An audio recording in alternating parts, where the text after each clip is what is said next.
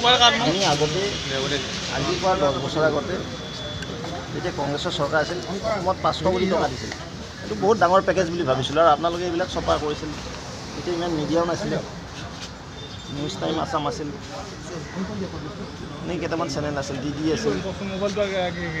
পৰৱৰ্তী সময়ত সংবাদ মাধ্যমৰ সংখ্যা বৃদ্ধি হৈছে, ভাল লগা কথা, প্ৰসাৰ প্ৰচাৰ বৃদ্ধি হৈছে আৰু কেইবাটাও চেনেলে পৰৱৰ্তী সময়ত ভূমিত জন্মগ্ৰহণ কৰিলে, তেওঁলোকে খবৰ দিলে। কিন্তু আমি আগতে খবৰবিলাক পাইছিলোঁ, বিশেষকৈ বাতৰি কাকত প্ৰিণ্ট মিডিয়াটো বেছিকৈ চলিছিল। তাত আমি পঢ়ি চাওঁ যে কেন্দ্ৰীয় চৰকাৰে অসমৰ কাৰণে 1000 কোটি টকা দিছে, কিন্তু মাননীয় প্ৰধানমন্ত্ৰীয়ে কালি 11,600 কোটি টকাৰ শিলান্যাস আৰু লোকাৰ্পণ কৰিলে। কংগ্ৰেছে কি ক'ব? বিশ্বনাথ চাৰিআলিৰ পৰা তেজপুৰলৈকে তেওঁলোকে 4 লেন হাইৱেটো দেখা নাই নেকি? উৰি যায় নেকি তেওঁলোকে? কিন্তু কংগ্ৰেছী নেতাবিলাক হেলিকপ্টাৰ ঘূৰি আছে নেকি? তেতিয়াহ'লে অসমৰ উন্নয়ন দেখা নাই তেওঁলোকে। সেইকাৰণে তেওঁলোকে এনেকুৱা মন্তব্য কৰিবলৈ আগবাঢ়িছে। কিন্তু অসমৰ ৰাইজে তেওঁলোকক ধিক্কাৰ দিব, মই দিব নালাগে, মই কংগ্ৰেছক ধিক্কাৰ নিদিওঁ।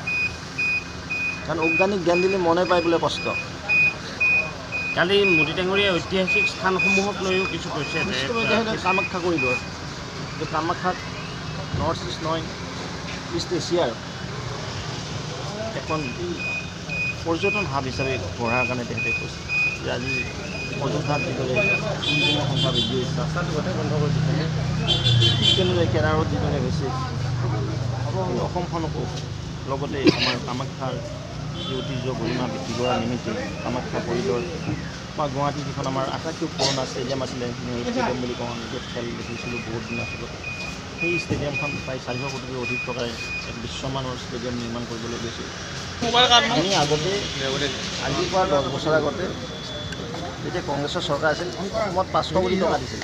এইটো বহুত ডাঙৰ পেকেজ বুলি ভাবিছিলোঁ আৰু আপোনালোকে এইবিলাক চপা কৰিছিল। তেতিয়া ইমান মিডিয়াও নাছিলে, নিউজ টাইম আছাম আছিল, এনেই কেইটামান চেনেল আছিল, DD আছিল। পৰৱৰ্তী সময়ত সংবাদ মাধ্যমৰ সংখ্যা বৃদ্ধি হৈছে, ভাল লগা কথা, প্ৰসাৰ প্ৰচাৰ বৃদ্ধি হৈছে আৰু কেইবাটাও চেনেলে পৰৱৰ্তী সময়ত ভূমিত জন্মগ্ৰহণ কৰিলে, তেওঁলোকে খবৰ দিলে। কিন্তু আমি আগতে খবৰবিলাক পাইছিলোঁ, বিশেষকৈ বাতৰি কাকত প্ৰিণ্ট মিডিয়াটো বেছিকৈ চলিছিল। তাত আমি পঢ়ি চাওঁ যে কেন্দ্ৰীয় চৰকাৰে অসমৰ কাৰণে 1000 কোটি টকা দিছে, কিন্তু মাননীয় প্ৰধানমন্ত্ৰীয়ে কালি 11,600 কোটি টকাৰ শিলান্যাস আৰু লোকাৰ্পণ কৰিলে। কংগ্ৰেছে কি ক'ব?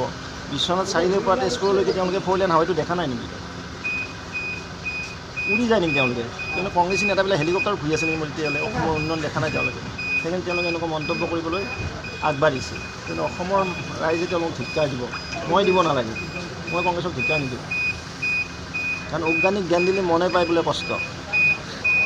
কালি মোদী ডাঙৰীয়া ঐতিহাসিক স্থানসমূহক লৈও কিছু কৈছে যে কামাখ্যা কৰিডৰ, কামাখ্যাত নৰ্থ ইষ্ট নহয়, ইষ্ট এছিয়াৰ এখন পৰ্যটন হাব হিচাপে গঢ়াৰ কাৰণে তেখেতে কৈছে যে আজি অযোধ্যাত যিদৰে টুৰিজিমৰ সংখ্যা বৃদ্ধি হৈছে, ৰাস্তাটো গোটেই বন্ধ কৰি দিছে, ঠিক তেনেদৰে কেৰাৰত যিদৰে হৈছে অসমখনকো লগতে আমাৰ কামাখ্যাৰ যি ঐতিহ্য গৰিমা বৃদ্ধি কৰাৰ নিমিত্তে কামাখ্যা কৰিডৰ বা গুৱাহাটী যিখন আমাৰ আটাইতকৈ পুৰণা ষ্টেডিয়াম আছিলে, নেহৰু ষ্টেডিয়াম বুলি কওঁ, আমি য'ত খেল দেখিছিলোঁ বহুত দিন আছিলোঁ, সেই ষ্টেডিয়ামখন প্ৰায় 400 কোটিকৈ অধিক টকাৰে এক বিশ্বমানৰ ষ্টেডিয়াম নিৰ্মাণ কৰিবলৈ গৈছিল।